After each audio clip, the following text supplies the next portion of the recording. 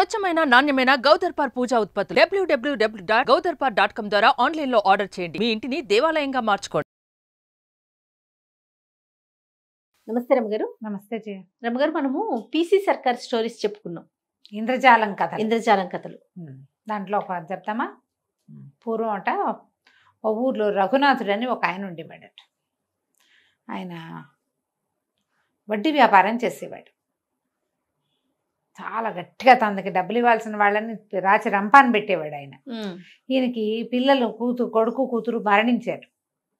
కూతురు పిల్లలు మరణించి ఒక మనవడు మాత్రం ఉన్నాడు. కూతురు కొడుకు కూడా పోయారు. గుణి వాడి పేరు. అయితే ఈయన చుట్టుపక్కల వాళ్ళందరికీ డబ్బులు అప్పులు ఇచ్చి వడ్డీ లాగి సమయానికి ఏదైనా కుదరకపోతే వాళ్ళు ఇవ్వలేకపోతే వాళ్ళ ఆస్తులు జప్తు చేయించేంత గట్టివాడు. అక్కడి నుంచి దాంతోపాటు చిన్న పిసినార్తనం, సహాయ కార్యక్రమాలు అవి ఏనాడు చేసేవాడు కాదు. ఈ గుణి పక్కనున్న పల్లెటూరు పెద్ద ఊరిలో 10th క్లాస్ ఏదో పూర్తి చేశాడు. హై స్కూల్ చదువు పూర్తయింది. వాడికి ఈ వడ్డీలకి ఇవ్వటం అది నచ్చేది కాదు. వాళ్ళు వచ్చి వాకిళ్లలో నుంచి ఏడుపు మొహాలు పెట్టుకుని తీర్చలేకపోతే ఇంత డబ్బు ఎందుకు, ఏం చేసుకుంటాడు, ఎవరున్నారు, ఎవరులేరు, ఆయన ఒకడు నేను ఒకడిని, ఆయన దాన్ని ఆయన పోతే నేను ఒక్కడనే కదా, నేను కూడా ఏదో పని చేసుకుంటా కదా, ఏదైనా వ్యాపారం చేస్తాను, ఈ వడ్డీ వ్యాపారం ఏమిటి అసహ్యంగా అలా ఉండేది. ఏదైనా వ్యాపారం చేస్తాను తాత అంటే ఆయన ఒప్పుకునేవాడు కాదు. మన దగ్గర డబ్బులు ఎక్కడివి అనేవాడు. ఆ పెట్టె నిండా ఆయన దగ్గర తళతళ్ళాడే ఎన్ని వెండి రూపాయలు, బంగారు నాణ్యాలు, రాగివి, కాన్లు, కాసులు ఎన్ని ఉండేవో. పెట్టె తీసినప్పుడల్లా చూసేవాడు వాడు. దాని నిండా డబ్బే, అన్ని కాసులే, లేవనేవాడు. పిల్లాడు, తాత ఈ డబ్బు ఏంటి, ఈ పని చేస్తావు, నీ పద్ధతి నాకేం నచ్చలేదు, ఇలా చేయొద్దు మనం అని చెప్పేవాడు. వాళ్ళు ఏడుపంతా దీంట్లో ఉంటుంది, డబ్బులో ఉంటుంది. అంటే ఏడ్చారు వాళ్ళ మొహం, డబ్బులు తీసుకున్నప్పుడు లేదా వాళ్ళకి అనేవాడు. కుర్రాడిని ఇంకా పై చదువులో లేదా ఉద్యోగ వ్యాపారం ఇందులోనే వడ్డీ వ్యాపారంలో దిగమన్నాడు. వాడు ససేమిరా నేను వడ్డీ వ్యాపారం చేయను తాత, ఊర్లో ఒక సహకార కేంద్రం పెట్టుకుందాం. సహకార కేంద్రం అంటే అందరూ కలిసి చేసే వ్యాపారం. వడ్లు ధాన్యము అవి అమ్మటము, పాలు అమ్మటము పెట్టుకోవాలి. మరి నువ్వు పెట్టుబడి పెట్టు, నేను ఆ వ్యాపారం చేస్తా. వాళ్ళందరినీ కూర్చుకుని సహకార కేంద్రం ఒకటి ఏర్పాటు చేసుకుని చేస్తాంగా, కోఆపరేటివ్ థింగ్స్ పల్లెటూళ్ళలో. ఆయన చచ్చినా దానికి ఒప్పుకోలేదు. అయితే ఏమైంది, ఒకనాడు ఇలా రోజులు గడుస్తున్నాయి. ఆయనకి ఆ పిల్లాడిని వ్యాపారంలో ప్రవేశపెట్టాలని ఉంది. వాడైతే లెక్క డొక్క బాగా రాసుకుంటాడు, చదువుకున్న పిల్లాడని. వాడు ఇందులోకి చేరేవాడు కాదు. ఓ రోజు ఆయన పెట్టి తీసినప్పుడు వీడన్నాడు వెనకాలే నిలబడి, తాత పొర్లిపోతున్నాయి డబ్బులు, నీ డబ్బంతా ఏడుస్తోంది తెలుసా అన్నాడు. వాళ్ళందరి ఏడుపులు నీ డబ్బులో ఉంది. ఆ డబ్బు ఏడుస్తుంటే కొన్నాళ్ళకి ఇల్లంతా మునిగిపోయి అందులో నానిపోతాం మనం, ఈ ఇల్లు పడిపోతుందంటే ఆయన కేకలేసాడు, డబ్బు ఏడవటం ఏంటి నీ మొహం, కాసులు ఎక్కడైనా ఏడుస్తాయా పిచ్చి వెధవా అన్నాడు. ఏడుస్తాయి తాత, ఎందుకు ఏడవటం, నాకు కనపడుతున్నాయి వాటి ఏడుపు, నీకే తెలియటల్లా, కావాలంటే నా చేతిలో ఒక కాసు పెట్టు, అది ఏడుస్తుందో లేదో నీకు నేను చూపిస్తాను అనేసరికి ఆయన ఆశ్చర్యపోయాడు. డబ్బు ఏడవటం ఏమిట్రా నీ మొహం అన్నాడు. కాదు తాత, నువ్వు పెట్టలోంచి ఒక కాసు తీసి నా చేతిలో పెట్టు, నేను దాని ఏడుపు నీకు చూపించకపోతే నన్ను అడుగు అనగానే ఆయన ఏం చేశాడు, ఒక వెండి కాసు ఒకటి పిల్లాడి చేతిలో పెట్టాడు. ఆ పిల్లాడు దాని కేసు చూసి అలా పట్టుకుని దాన్ని ఇట్లా గట్టిగా పిండాడు, అరచేతిలో పెట్టుకుని 2 చుక్కలు గారిపడ్డాయి. ఆయన నిర్ఘాంతపోయాడు. ఒక్క కాసులోంచి 2 కన్నీటి బొట్లు వచ్చినాయంటే ఈ కాసులన్నిట్లలో ఎన్ని కన్నీటి బొట్లు ఉన్నాయి, హడిలిపోయాడు ఆయన.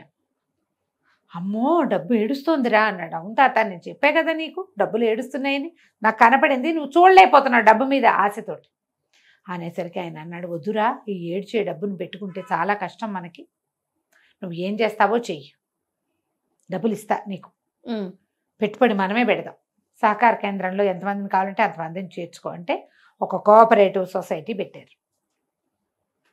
సొసైటీ పెట్టి చుట్టుపక్కల జనాలలో అన్ని ఊళ్ళల్లో ప్రచారం చేసి ఉత్సాహవంతులైన కొంతమంది, ఏ పెట్టుబడి పెట్టలేకపోయినా పని చేయడానికి ఆసక్తిగా ఉన్నవాళ్ళు 30-40 మంది కుర్రవాళ్ళు ఇందులో చేరారు. చేరాక మెల్లిగా వ్యాపారం మొదలైంది. అన్ని చోట్ల నుంచి ధాన్యం వీళ్ళే తీసుకొచ్చి నిలబెట్టుకోవటం, ధాన్యాన్ని లాభానికి అమ్మి సహకార కేంద్రానికి కొంత డబ్బు వస్తుంది, రైతుకు కొంత పోతుంది. ఓకే. వీళ్ళు ఇందులో పంచుకునేవాళ్ళు, లాభం కనపడుతోంది. సరే, ఈయనకి మొత్తం పెట్టెలో ఉన్న చాలా మటుకు డబ్బులు ఇచ్చేసాడు వీళ్ళకి. ఇచ్చేసిన తర్వాత ఒక రోజున అన్నాడు, ఏరా మరి మిగిలిన డబ్బంతా అంతా కేంద్రంలోనే పెట్టేద్దాం, నువ్వు ఇక వడ్డీ వ్యాపారం చేయటం మానేసి, ఈ వ్యాపారంలో కూడా డబ్బులు కనపడుతున్నాయి కదా, అవును, నీకు వడ్డీ వ్యాపారంలో వచ్చే డబ్బేమో ఏడుస్తోంది, ఇదిగో మా డబ్బులు చూడు, నువ్వు ఇందులో నుంచి కళ్ళనీళ్ళు వస్తాయేమో చూడు అని ఆ డబ్బులు ఎత్తి చేతిలో పోసాడు. ఆయనకి చాలా సంతోషంగా అనిపించింది. తన మనవడు తన ప్రజ్ఞతోటి ఈ డబ్బంతా చేశాడు.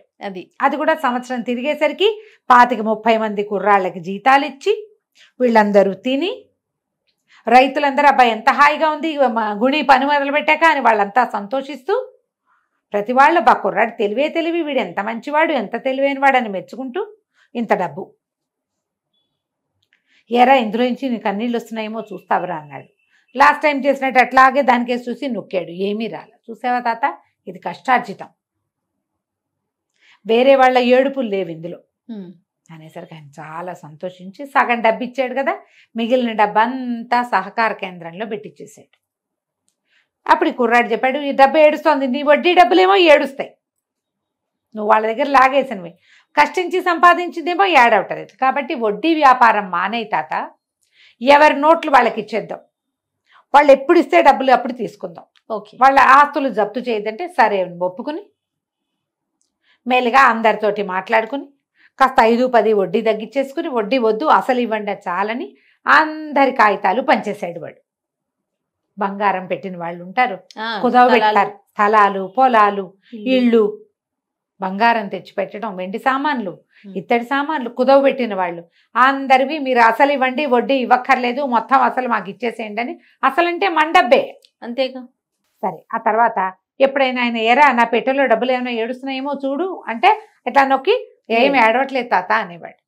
అయితే ఒక స్నేహితుడు ఒకడు తర్వాత ఎప్పుడో ఈయన ఏమిట్రా మీ తాత డబ్బులు ఏడుస్తున్నాయా అంటాడు. ఏం చేసావురా అన్నాడు. ఏమీ లేదు, అంత వెండి కాసు ఇచ్చాడు, ఆయన ఎలాగో ఆకాశే ఇస్తాడని నాకు తెలుసు, ఆ సైజు పత్తిని తడిపి చెవి వెనకాల పెట్టుకున్నా, మా తాత చూడకుండా పత్తి చేతిలో పెట్టుకుని దాని మీద కాయం పెట్టి నొక్కేసరికి తడిసిన పత్తి పిండితే నీళ్లు రావు, వస్తుందిగా, అవి వచ్చినవే కన్నీళ్ళు అనుకున్నాడు తాత. బాగుంది. ఇదేంటంటే మ్యాజిక్ లో ఇలాంటి ట్రిక్స్ ఉంటాయి, చిన్నవి. అవును, చాలా చిన్న ట్రిక్. వాడు ఏం చేశాడో మనకు తెలియదు, వాడిదల్లా హస్తలాగమం, ఈ వెనక నుంచి తీసి ఇందులో పెట్టేటప్పుడు నీ కంటికి తెలియనంత వేగంగా చేతులు కదులుతాయి, స్పీడ్ గా చేసేస్తారు.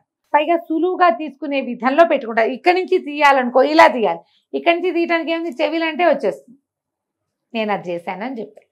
ఆ ఒక్క ట్రిక్ తోటి తాతతో వడ్డీ వ్యాపారం అనిపించేసి ఈ సహకార సంఘానికి మొత్తం డబ్బులు పెట్టించాడు. తెలివితేటలు. ఎవరైనా తెలివి వాడచ్చు, తెలివిని వాడండి. కథ కంచికి మనం ఇంటికి. రైట్ రమ్మ గారు, నమస్తే. నమస్తే.